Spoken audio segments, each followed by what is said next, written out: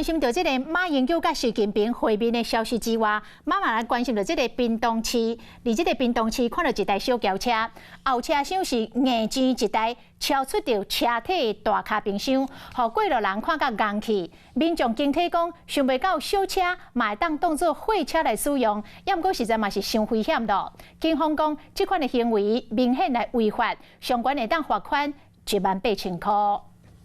车真济，屏东市安心市环巷甲民生东路口一台红色轿车停伫路口，准备要转弯，也毋过看到了真感觉怪怪。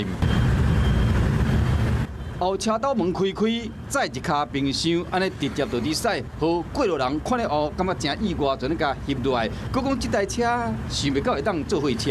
当然很危险，它本身它危险，然后也会波及到别人啦。也会波及到别人。对，然后交通也会。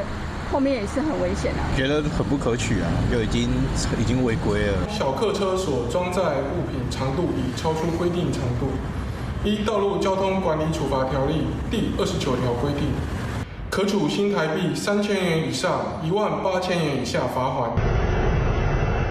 若伫屏东有这款画面，伫高雄七贤路甲河东路口，有一个负责人骑乌托摆戴安全帽啊，这一切都合理。也毋过伊载一卡真大卡的广告架啊，车道会占一半较低，影响到其他车辆通行，桥道的人被迫都要让伊，甚至有人直接闪去到对向的车道。 警方表示讲，乌托摆载物件跨度袂当超过枪花外口10公分，长度袂当超过后链50公分。这款行为已经违反道路交通管理条例，会使罚300到600块。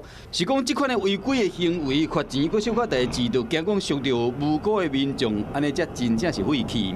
Hello， 我是庄慧琪。想要抢先掌握最及时的新闻资讯吗？赶快订阅、按赞、开启小铃铛，锁定华视新闻 YouTube 频道。